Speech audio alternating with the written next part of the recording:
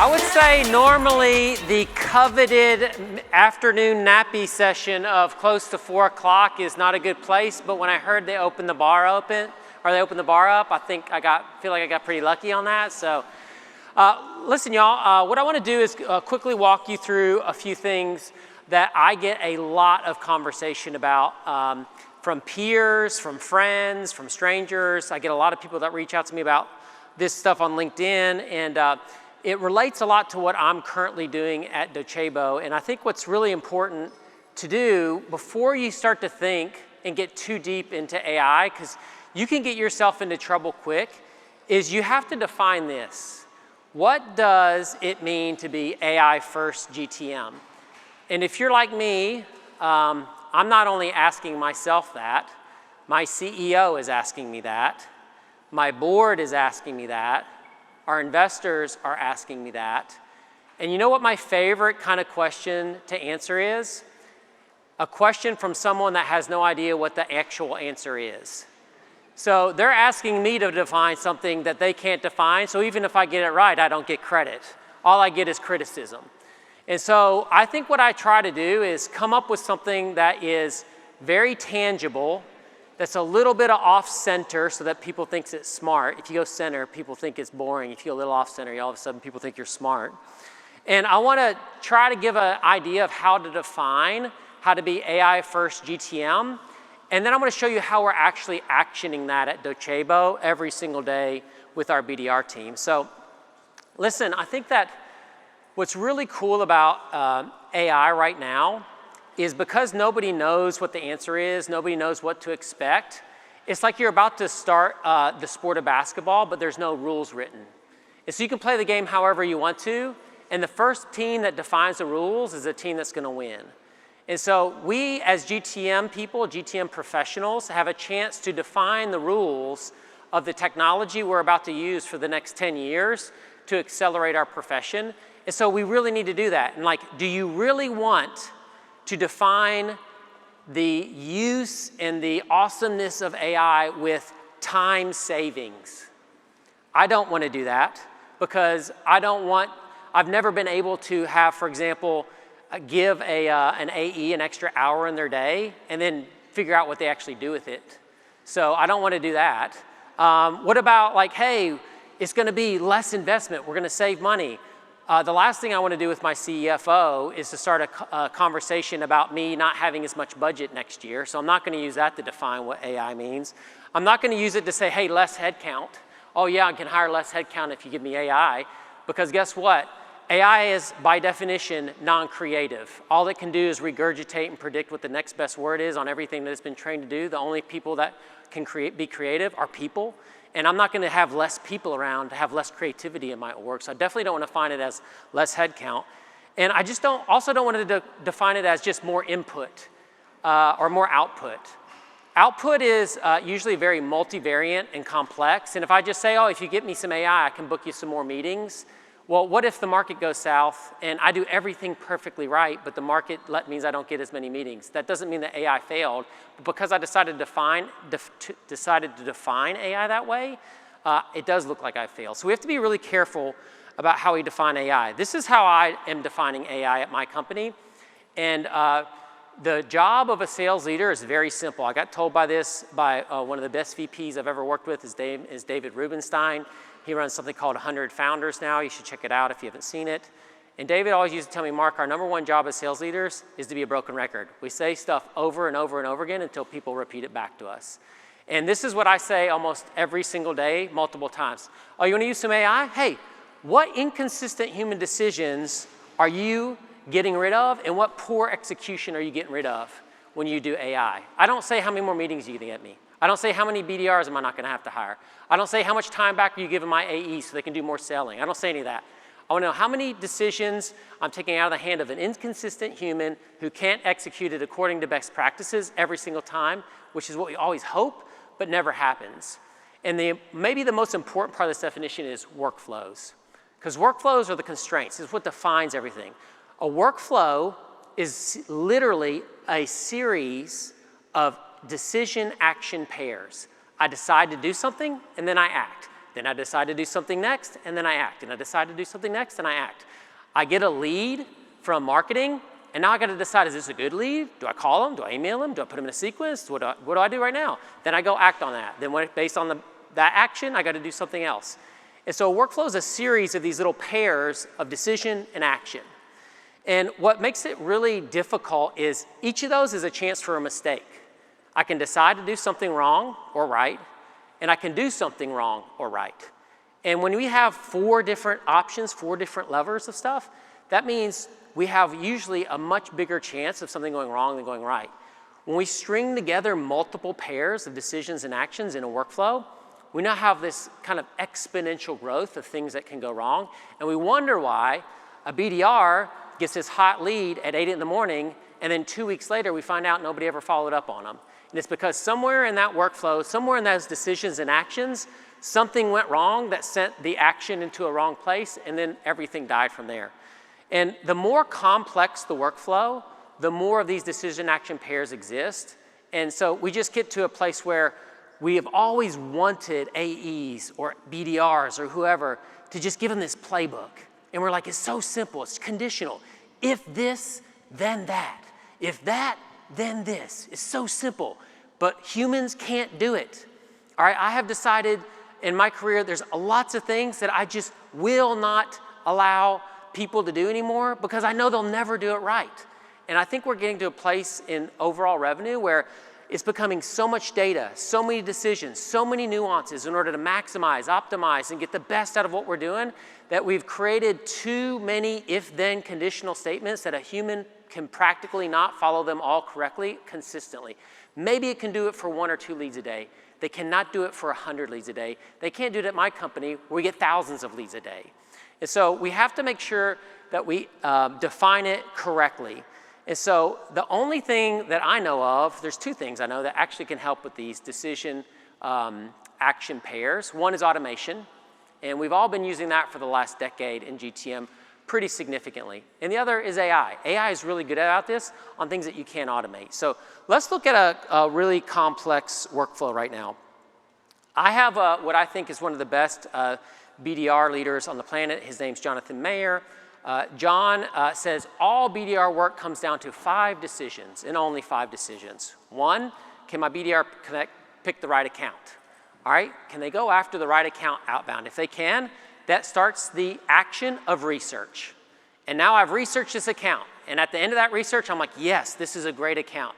Then I move to the next thing. Okay, now I got the right account. I got to find the right persona. Who's the right person in this account that matters to me? Am I going to go high? Am I going to go low? Am I going to go to finance for cost savings? Am I going to go to this for productivity increase, whatever, right? So I got to figure out like what's relevant for what I'm trying to sell right now. So I pick the right persona. Once I pick the right persona, now I got to make the next decision. What am I going to send them? What's the content? What's the message, right? And then I have to create, that sends me down the action of collecting, writing, whatever I'm going to do, making a cold call. Then the next thing I have to decide is what am I going to do next? What's the cadence? How many things am I going to do? Well, what channels? And how often am I going to wait between, or how long am I going to wait between each one? Right? That's when now when I decide that, now I get to go do the action of executing on those different steps. And then lastly is like the right CTA. Like, what is the right offer? What can I say to them? What can I write at the very end? What's the thing I can do to make sure that they're going to respond back to me, right? Like, we all know that the, hey, do you have Wednesday 2 p.m. free for 30 minutes just doesn't work anymore. Back when I was in sales a long time ago, that was the bomb. That shit worked every single time. So, like, this is a lot of workflows. Now, what's interesting is in this workflow, each of these contains multiple decision action pairs inside of them, right? And every time that we give an SDR or a BDR some of these to do, we increase their likelihood of making mistakes. So let's look at what happens from a time perspective when we do this. So we saw this slide a little bit earlier, but in my context, what this means is when I have an AE doing each of the, or an SDR or an AE that's prospecting, doing each of those steps, what happens is almost half the day, they spend getting ready to do the work. They're doing the work to do the work. And there's nothing that pisses me off more than doing the work to do the work.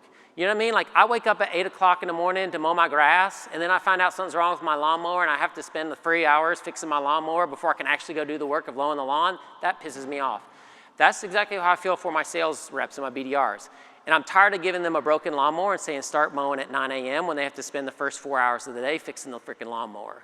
All right, and so what we want to do is we want to take this out. We want to get rid of this area here that is them doing the work to do the work, right? And so we want to move to this, and this is what we've done with user gems, is the 4 things that we talked about: finding the right account, finding the right persona, finding the right message, finding the right cadence, and finding the right CTA. Gem E does all that for us before my BDRs even wake up in the morning. It's all done. It's sitting there waiting for them. The lawnmower is gassed. The weed trimmer is ready to go. There's an attendant standing there ready to rip the little start cord, and all they have to do is just keep walking, and they're going to get the first lap of the yard done. And so this is what it does, is it allows my BDRs to stay focused. Most humans, the entropy is the need to go into chaos, right? All humans battle entropy all the time. It is the order becoming disorder. It's the organization of my day becoming the hecticness of my day. It is I wake up in the morning and I have 4 leads, inbound leads that I need to go to, and it's now 5 p.m. and I only got to 3 of them, and I don't even know what happened. Why did I not get to the 4th one? What this does is, because we're not doing so much context switching, because we're not doing so many different things that require so many different skills, we can focus the BDR on just the prospecting action. All the decisions are in the blue and purple. The action is in the green or the yellow. And that's what we want to do, is we want to focus people on the actions rather than the decisions. Decisions are where I think a lot of people start to struggle. There's too many options, too many if-then statements, and they can't figure out where they want to start. And therefore, they never get started half the time. This is what this kind of looks like in real time. If we're going to look at an account, how do I choose an account? So if I start with this first part, when you allow the AI to make your decisions for you, rather than having like a single thing, like in my past when I led sales at Outreach, we had a past champions play.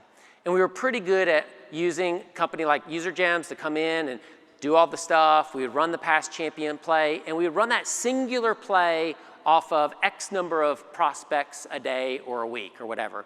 And then we had like maybe 20 plays like that. And my SDRs at Outreach were always like looking for like, okay, how can I run all these plays? How do I do this? Oh yeah, this play goes to this sequence, but if this is over here. And now, again, they're doing the work to do the work.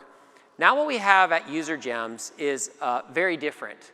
Now I have all of the old plays that I used to run, say 20 to 25 plays. I think right now we have 17 of them logged into User Gems.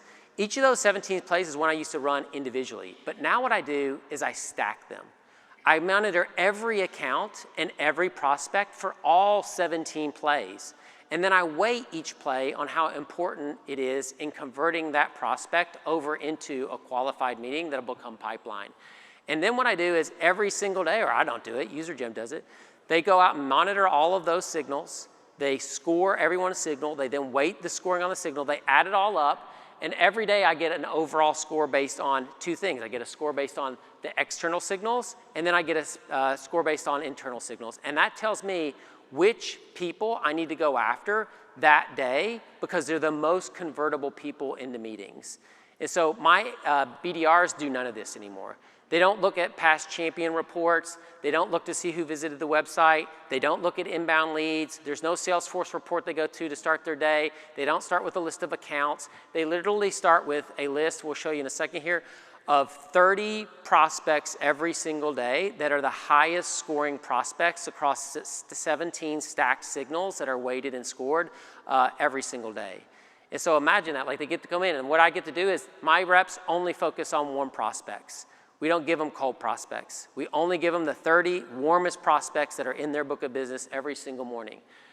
We also combine those signals. Those signals combining creates more accuracy, it's more telemetry, it's more ways to kind of triangulate what's going on. If I have a past champion that happens and they release some news about doing a new learning objective from the CEO, and they also used to be a customer, and they also have a closed loss cycle that we've had before, that is a lot of telemetry telling me that they might be warm and open to a discussion versus, yeah, the champion just left and they got a new VP of learning. All right? That's a singular signal. I'm looking to combine and stack multiple signals together to get really accurate scoring.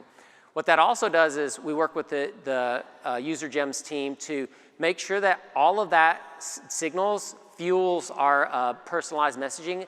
Most of my BDRs haven't written an email in 4 months. Every email they do is automatically drafted by GemE, and I'll tell you about the results here in a second. They're pretty phenomenal. And we've also limited it so that no more than 2 signals are used in any email. So we're not like overdosing people on like, hey, I saw this and this and this and this and this and this and this. Shouldn't you want to meet with me? It's just a couple signals in every email, super simply written, super simple CTA that has been tested and experimented with so that my reps don't have to think about it. And then the last thing is there's no manual work, right? What I mean by that is not as only is everything monitored and everything scored and everything weighted, we also then take those people and we put them into the right sequence for people. And we make all of the messaging inside of that sequence ready for them. And the first step of the sequence is a manual step that says, go review this real quick and make sure it looks good.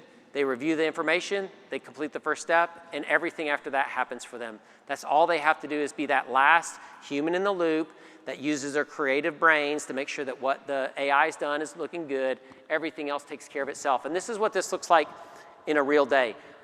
Right now, my BDRs spend 70% of their day on this screen. 70% of all of their activity is generated through this. Only 30% isn't, and that 30% is like kind of event follow-up and stuff that we're waiting to kind of wire user gems into to give us some ideas of how we want to do it. So my BDR sits down. They used to make 50 dials a day. Right now we're up to 200 dials a day. They used to send 10 or 12 emails a day. Right now I don't even know what the email volume is. I don't want to know, quite honestly. But like every day, my BDR wakes up in the morning. And let me tell you, at Outreach, I think we had one of the highest performing BDR teams of all time. This is what my SDR team would do. They'd get in about 7:30, 7 a.m. We had like an early morning culture there. They'd get their coffee. They'd sit down at their little desk. They'd open up their list of accounts and a Salesforce report, and they'd be like, oh, man, Ford came in today. Awesome. Oh, yeah, Honda came in. Yeah, Burger King came in. This looks awesome. And then they would be like, okay, now I need to see what I need to say to them. And then they would spend literally the first 4 hours of their day trying to figure out what to do and who's most important. Well, it's not, I like Nike. I wear Nikes, but I want to go after Nike, but it doesn't look like a good opportunity, but it's Nike. It's so cool. And like see all of these little things that humans can't deal with, the AI doesn't deal with, right? So they do that. You know what my BDRs do at Docebo? They walk in the morning, they grab their cup of coffee, and they open up their task list, and they start with task 1. And task 1 is the most convertible person in their entire book of business based on 17 stacked and weighted different signals. And they just do that first step. They read through the emails that GemE's written. They might make a couple edits. They hit that go, and they do the next one. They do that for 30 things. That's done in a work block that's about an hour to 90 minutes every morning. And then for the rest of the day, they just do all the tasks that the emails lined up. Do you know, so in case of, for those that you might not know, I was the first employee at Outreach. I led sales to $250 million. And so I think I understand outbound really, really well. Do you know the number one reason why your sequences don't work? The number one reason? Overdue tasks. I can't tell you how much statistical analysis that we did on that. It's not that they're targeting wrong. It's not that your messaging sucks. It's not that your leads suck. It's because your people won't do the fucking task that they're supposed to do. That's why. And so we have rules at Docebo. You're not done till all your tasks are done. We zero out every single task every single day. We watch for skip tasks. We watch for people that try to game the system. If you complete your tasks, you will hit quota or exceed quota at Docebo because we've done everything that you need to do. We've made your job so simple. Sit down right after your cup of coffee and giving your teammate a high five and a hug, and then start doing your tasks. And you're gonna make your number every single day as long as you are good on the phone. Because the phone is an ATM machine. I don't know if y'all know this, but if you push buttons, money comes out. All right, so we've done all the manual work for the reps. Again, 70% of all of our BDR activity is generated just from user gems in this workflow. And this is what it's delivered. Look at July 2025. Look at March 2026. If you can't read the small numbers on the left, that's 4x difference in qualified opportunities. I talked to a lot of my peers. Everybody can't figure out pipeline. I can only say so much because we're a publicly traded company. I can tell you I have never had pipeline coverage like I've ever had walking into my Q3 in a couple weeks. Never had it. March, best outbound month in company history of a 17-year-old company. In April, we beat it again. So we are getting not just better results, we are getting game-changing, like literally board, eye-popping results. When I came after the board meeting for our Q1 board meeting for Q2, we have a guy on our board who's the GTM asshole guy. If any of you have been in board meetings, they always have a GTM asshole guy. He's the guy that's supposed to be an asshole to the CRO. And my dude's name's Will. And Will comes in, and Will likes to sit next to me at the board dinner and try to make me his friend, I think probably because he feels bad for the asshole he's going to be in the meeting. And so Will's talking, and I get done with my little part, and he goes, this is almost direct quote, "Mark, my job is to be the asshole. I don't have anything to say." And the reason that that's happening is because pipeline cures all ills. All right? You know the only thing better than pipeline? Quality pipeline. And so that's the other thing that we're doing. You could go look at our Q1 earnings call. Record win rates, record ACVs, and we shaved 3 months of our enterprise cycle. So this has massive downstream revenue effects, not just upstream pipeline effects, because not only are we generating loads more pipeline, we're generating loads more qualified pipeline. So a lot of people ask me, well, Mark, I'm a pretty technical guy. I can, clog code my thing, do my vibe coding stuff and all that kind of business. But they ask me, well, why didn't you just build this? Like, why are you paying user gems for this? And I have this that I've talked a lot about in talks that I've done. And this is how I think about the build versus buy in AI. And if you're a GTM person, you must have an answer for this question, because you will be told to build stuff. Are you a technical coder? No. Do you want to link up Claude Code with a repo, whatever the fuck that is, and Supabase and Vercel and manage stuff? And when it breaks, do you want it? No, you don't. You do not. Because guess what will happen if you do that? You won't close and open deals because you'll be too busy in your little Claude Code world as an AI vampire or whatever it's called. So this is how I think about it. If it's just for you, to help you out, you build it. I build it. I have this awesome thing that I run every single morning. I have this second brain in Notion. Anytime I read an article or something that's cool, I put it in my second brain. This thing every morning looks at every Asana task that I have open. It goes to my second brain, and it's like, hey, Mark, here's 2 ideas of solving this problem in your second brain that you might not have ever tried before. And that runs every single morning for me. All right? And so I can build my own stuff. Everybody should build their own stuff, right? But that's for you. Now, sometimes you build something that's cool that can go to a team. I have a services salesperson that built something for themselves to help us do our SOWs better. It was cool enough that we ratcheted up. Now we had our team, our IT team, vet it, made sure that it was a little more deterministic, it was reliable, it was going to do good stuff, right? So once we decided all that, we went ahead and we said, listen, we're going to build that ourselves. Every once in a while, I'll buy for something for that. That's like for a team, right? If it's a team, hey, we don't need you to use it, but we recommend that you use it. We'll still build it. We may buy it, but we're probably going to build it. And it's just kind of something that we do if that works. Now, every once in a while, I need something that's required for my workflow. This is user gems. You do not work as a BDR at Docebo unless you use user gems. It's non-negotiable. That's just how it works. Same thing with Outreach. Same thing with Trellis. These are required tools. Gmail, Slack. You don't get to work here if you don't use these tools. I don't fucking build that shit. I buy it. Why? It's super simple. When it breaks, do I want to sit there for 2 weeks while the guy that built it left 2 months ago and now everybody's trying to figure out how to fix it? No. I want Christian and Stefan to do that stuff. All right? That way I can worry about the pipeline. And so if it's required as part of the workflow, then you must buy it. And then lastly, if it's a system of record or infrastructure, you buy it. You never try to build that. So believe me, this has gotten me out of at least a dozen build conversations with my board, with my CEO, because I refuse to build stuff that isn't required for the workflow. And most stuff that people want right now is just kind of cool little toys that they can use in their workflow that's just for them, right? And they vibe coded it, and guess what? It's not useful for the person sitting next to them because the way they work is different than that person. So make sure that you look at that. Now, I want to bring it back to this. We have this really cool time as GTM professionals to define what it means to use AI for the next 10 years. Don't fuck it up.